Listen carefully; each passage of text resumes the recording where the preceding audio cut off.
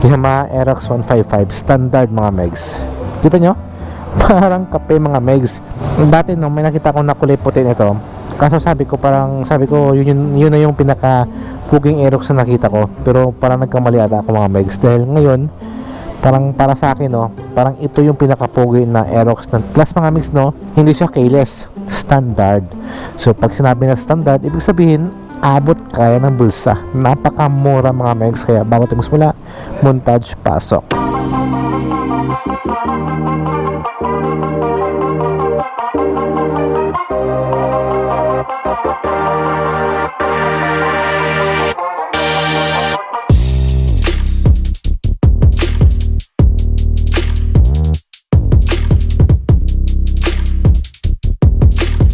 Mga amigo no, wala nang patumpit-tumpit pa. Punta tayo kagad sa presyo ng kanilang Yamaha Aerox 155 na standard. So dito mga amigo sa Yamaha Rinless Dawis ay nasa 124,000. May down payment siya na 31,000 at yung monthly for 3 years 4,907. At yun mga amigo no, once na on time po tayo ng bayad ay may rebate po yan na 200. Napakaganda ng kulay mga megs. Actually akala ko kanina glossy pero hindi pala mga megs, matte siya, matte gray, pero iba yung pagka-gray niya mga megs eh. Yung pagka-gray niya kasi parang ano kasi may megs, parang may pagka-puti siya. Kaya naman parang kape talaga siya mga megs, kape na Aerox. Yung nagustuhan ko rin dito mga megs, yung kanyang decals dito. Kita nyo yung Aerox na decals niya na kulay orange. Tapos may Mio Aerox. Ang ganda diba? Ganda na pagkasulat. Ito mga miso, may mga guhit-guhit, stripe. Tapos ito plain na Aerox dito. Tapos dito naman may logo siya na Yamaha, ang kanilang trademark na logo. At ito, yan, 155. Siyempre mga megs, kahit standard to, meron na po itong features na VVA, or ito po yung tinatawag natin na variable valve actuation. At yun nga lang mga megs no, hindi po siya naka-ABS dahil naka-standard lang po ito. Talaga yung mga megs yung nagustuhan ko si Aerox eh, yung kanyang uso dito.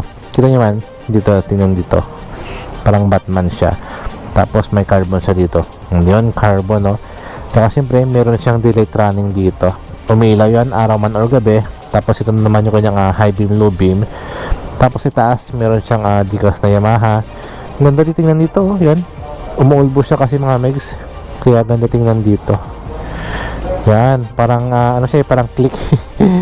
So yun mga amigo no, napaka bulky talaga ng gulong ng Aerox. Napakalaki niya talaga, 14 inches kasi yung size ng kanyang mags dito. So yung size ng gulong niya kasi dito mga megs ay nasa na 110 by 80 at 14 inches yung size ng kanyang mags. So simple lang yung kulay ng kanyang mags, kulay itim, pero may decal siya dito na Aerox. At yung brand naman ng gulong niya dito is IRC. So same sa gulong ng PCX 160, IRC din po. Tsaka ako rin mix na makapit din po yun. Tsaka yun ang gustuhan ko sa Aerox is yung kanyang fan fender, you know? May sungay siya dito, parang door dipper. Tapos may breaker siya, yan, magaspang style, kulay itim. Tsaka hindi siya ano mamisa, parang plastic siya na fiber, kaya makapal talaga itong mga megs. Siyempre gumagamit siya ng front suspension, ay gumagamit siya ng telescopic fork, at may cover niya mga megs. Iwas yan sa mga dumi, sa mga bato-bato na tatapon dito. Yung nga lang mga miso, naka-halogen pa rin siya, hindi pa rin siya fully LED yung kanyang signal lights dito. Pero okay lang, bawing-bawi naman sa forma. So napaka-bulky talaga ng Aerox, puri looks talaga siya. So ito rin yung kasama niya. Ito yung mga miso, glossy gray talaga to. Tsaka may cyan blue yung kanyang mags. Pero para sa akin, mas pugi talaga to. Ganda talaga tingnan, astigin talaga mga megs, machong macho talaga. Siyempre sa upuan ng Aerox, naman mga megs yung nagustuhan ko sa Aerox eh, kasi napaka stylish talaga ng upuan niya dito. You know, ito yung mga stitches na napaka premium talaga, hindi siya madali. So ano siya mga megs no, leather na siya dito, makina siya dito, pero dito magaspang. So ibig sabihin iwas dulas siya. At ito naman mga megs, kita nyo parang may bakante dito, dahil po yung purpose niyan na kapag yung motor natin ang nabilad sa araw na kahit mga ilang oras, kapag hinawakan mo dito or inupuan mo, hindi siya ganun kainit, kasi ito po yung purpose niyan. Experience ko na yan kasi yung sa PCX natin ay ganun po siya dito, para may bakante. At may nakalagay dito na sulat ng Aerox para sa OBR natin. So Yun nga lang mga misto, kapag nakaangkas yung OBR natin, mas mataas talaga siya. So parang nakakailang kapag lalaki yung kangkas. Mas mataas pa sa'yo. Di ba? Siyempre mga Mrs. Motorcycle ay naka-liquid coil na po yan. So ibig sabihin, pwede mo siya pang long ride kahit na hindi ka na huminto dahil naka-liquid coil. Siyempre FI na rin po ito, fuel injected. Kaya naman for sure nun na kahit gano'ng pakarat-rat yung motor na ito ay napakatipid pa rin po yan sa gasolina. So sa taillight natin, LED na yan mga megs. So sa kanyang signal lights, halogen siya.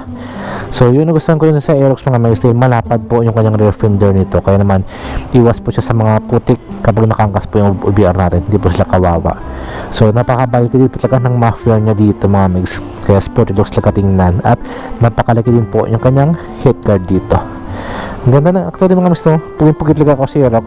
Actually dati nung nalabas yung version 2 na Aerox, ito talaga sana yung gusto ko nung hindi ko pa nakita yung PCX 160 mga megs. Ito sana yung plano ko na kunin kasi gustong gusto ko ito yung kulay niya dito, gustong gusto ko. Idol kasi ako mga mas ng kulay yan same kasi sa kulay ng ating jersey at sa ating kulay ng logo natin. So yun mga amigo, ito yung kanilang Yamaha Aerox 155 na matte black, at ito rin mga mis nagustuhan ko, Mio Aerox na decals. Sporty looks talaga siya mga mix. Ang ito naman gusto, hindi talaga ako mapakalis sa decals na dito sa gilid attractive talaga. Kaya naman for sure mga miss, kapag dumando sa harapan mo ay for sure na mapapalingan ka talaga.